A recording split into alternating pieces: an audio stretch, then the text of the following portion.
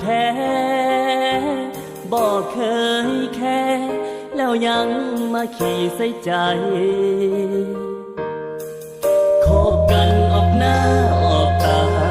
ให้คนสาจนถึงหูอายว่าเจ้าเปลี่ยนแปลงหัวใจทิ่มอายไปกับเขาก่อนนั้นนะเจ้าบอกว่าหักอายหลาย